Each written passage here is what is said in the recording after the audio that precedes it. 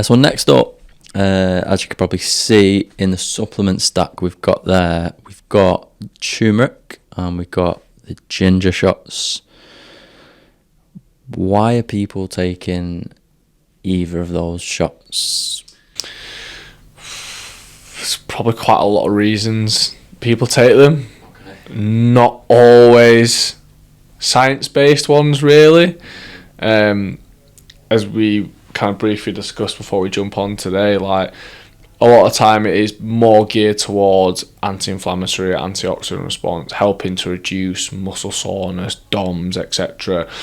But I don't think that's why a lot of people use them, in my opinion anyway. I think a lot of it is more around the marketing of it. In my experience, like even just seeing them more readily available in kind of supermarkets, etc. The branding looks quite nice. It sounds quite good. Oh, this can help. Like I've seen some making claims around gut health, digestion, etc. But like when I've been looking at research, there's not a huge deal out there to back up those claims. It might be that there's one or two papers that have found that it had, in someone's subjective opinion, it reduced GI distress, or it might have helped them in terms of managing bloating symptoms, etc. But no kind of really large scale studies around those kind of aspects. A lot of it has been more geared towards, like I said, that recovery response more than anything, reducing perceptions of muscle soreness. So there's quite anecdotal evidence, right? There's a lot of claims I've seen around both. Is there any legitimate evidence-backed claims for either turmeric or ginger?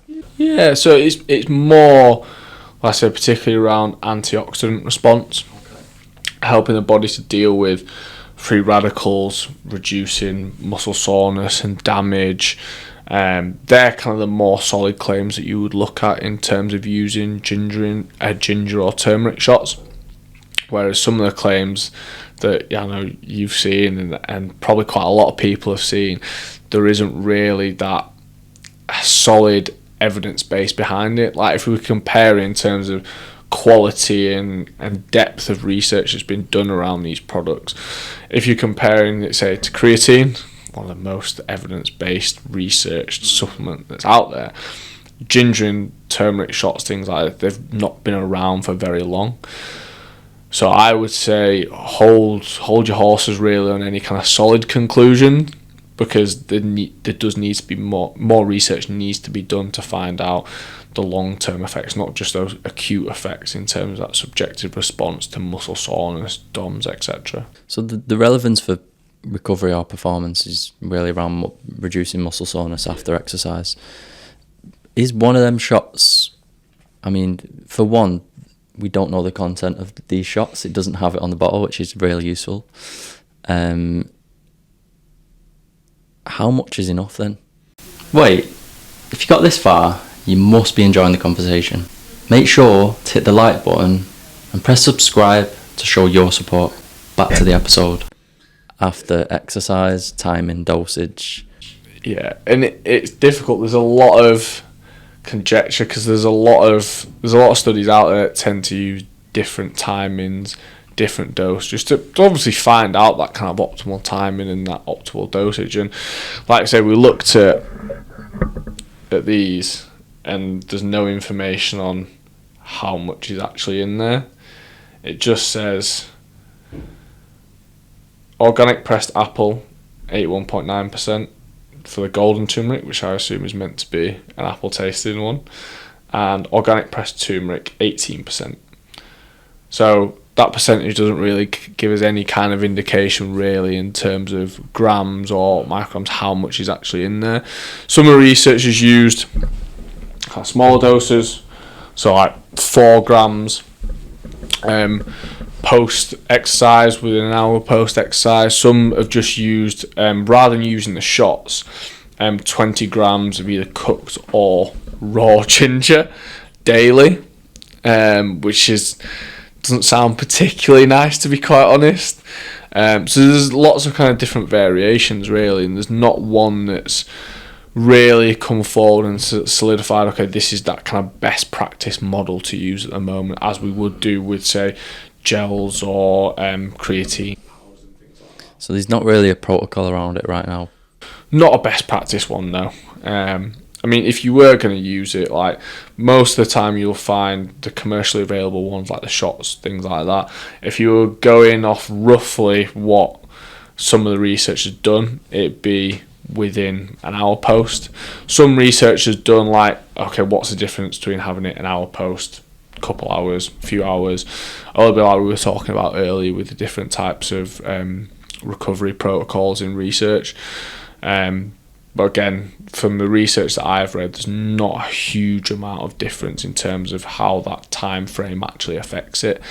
I know from reading one research paper, they did do different dosages, but I can't remember the outcome of it, to be completely honest. And there's different forms, right? I've seen turmeric capsules. There's probably a powder out there. Yeah. There's got to be a powder. Yeah, there's always a powder. I'm guessing the capsules and powders are probably more concentrated, so you probably get a higher dose. Yeah, you would think so. But again, commercially available, it tends to be more the shots, really. I've not personally come across a powder. I've heard about capsules. I've never personally come across them. Whether it's something that is commercially available, I'm not really sure. Believe me, I won't give any store shout outs, but it's out there. So who should consider taking these, if anyone actually should consider taking them?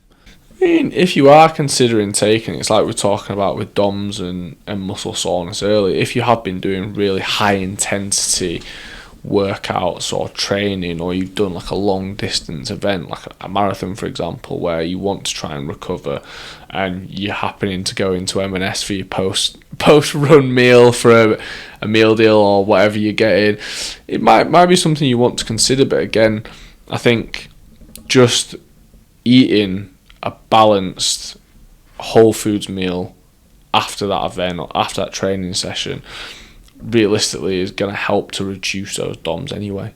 Getting the right protein into it, like we talked about omega-3s earlier, getting your omega-3 content in to help with that.